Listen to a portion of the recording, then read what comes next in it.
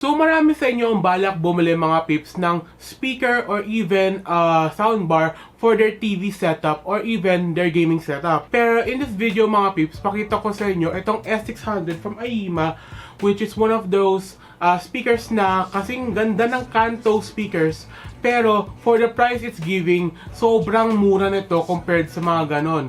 So, tingnan natin mga pips kung worth it ba talaga itong AIYIMA S600. So, without further ado mga pips, let's get started.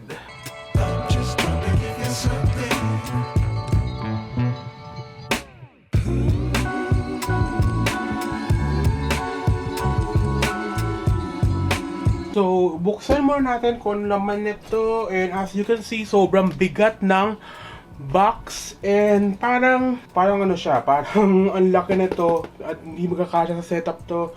Kaya tingnan muna natin kung ano magiging laman ng box nito from AIYIMA. So, this is a sponsored video by AIYIMA pala mga pips. So, kahit sponsored video to, pwede ko sabihin kahit anong gusto ko kasi this video is not a paid review, but parang demo, bigyan tayo ng sample ng AIYIMA. So, tingnan natin ang laman nito. So, buksan natin ang box.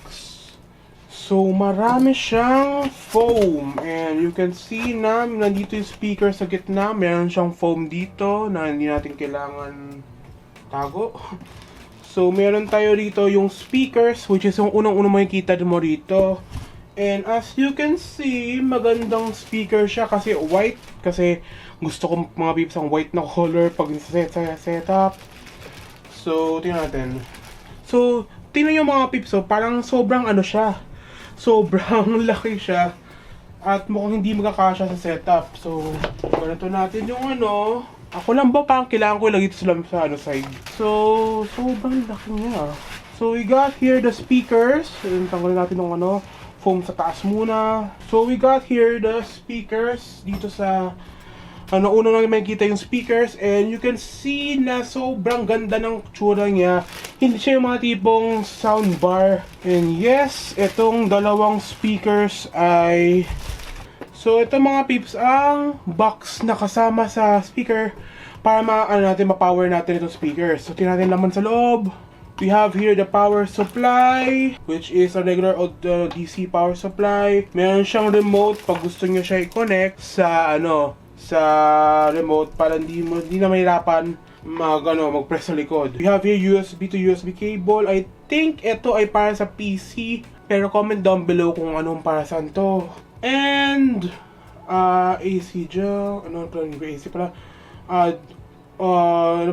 Parang ito yung RCA cable para sa speaker ng TV, pag gusto nyo gamitin sa TV. We have here, ito para sa TV. I think ito ay para sa TV. I might be wrong, pero di ko kung ano to. I mean, parang alam ko RCA to. I think this is an RCA cable, mga peeps.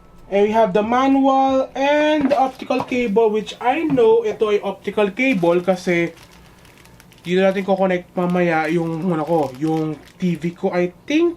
So, ito yung speaker mga peeps, and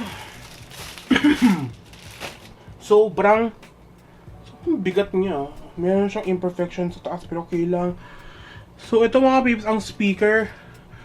One of those speakers. Tapos, parang ang bigat niya mga peeps. Sobra. And here are the connections sa likod. So, meron siyang HDMI. Meron siyang USB port na para sa Alam ko HDMI na ito para makontrol, para kung gusto mo siya i-connect sa TV, pwede mo siya i-connect via HDMI ARC. Meron siyang dalawang RCA cable, meron siyang dual output.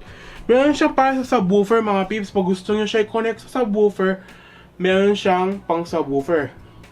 And meron siyang DC in, speaker out, mga ganon. So tingnan natin, power natin to mga peeps, and let us see if it's actually that good.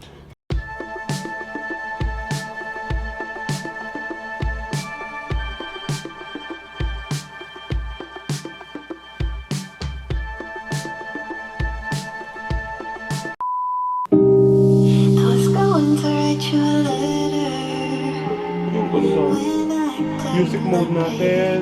May mababa ng volume dito. So, paano yung volume? Laksan natin.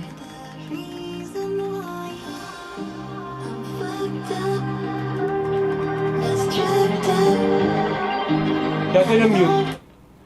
And yes, nag-mute siya. So, ito mga peeps ay, so, mga peeps pala, nagtataka kayo. Wait lang, natin. So, this speaker pala mga peeps is an S600 speaker.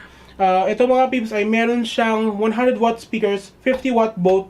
And meron siyang tweeter sa taas, and meron siyang speaker sa ibaba. And you can connect it via subwoofer. Pag gusto niyo siya i-connect sa subwoofer, meron ang Aiwa na ganong model. And the subwoofer is around 10,000 pesos. And unang-muna, pagtingin ko dito mga peeps, sobrang bigat niya. And meron siyang wooden na tawag yun na design. Meron siyang parang plastic na ibabaw. Ito yung, yung white part, parang plastic.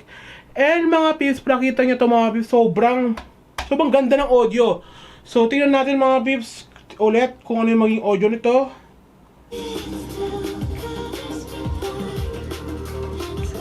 So, para sa akin mga peeps, kahit di nyo na kailangan ng ng subwoofer, okay na to kasi meron na siyang bass may bass siya. Pero pag gusto nyo pag gusto nyo mga peeps, mga 2.1 surround channel na speaker, pwede mo din siya i-connect sa subwoofer, which is I'll link down below sa Shopee kung saan makakabili nito and yung subwoofer kasi sobrang ganda mga peeps ang audio para sa akin. And parang i-compare ko siya sa mga around 8,000 to 10,000 na na soundbar kasi ang soundbar kasi na na maliit ay sobrang hirap gamitin. Kailangan mo pa ng subwoofer kasi flat ang sound ng isang soundbar. Pero ito mga peeps, pag kinonect mo to sa for example PC or even your TV, sobrang ganda ng audio na labas dito.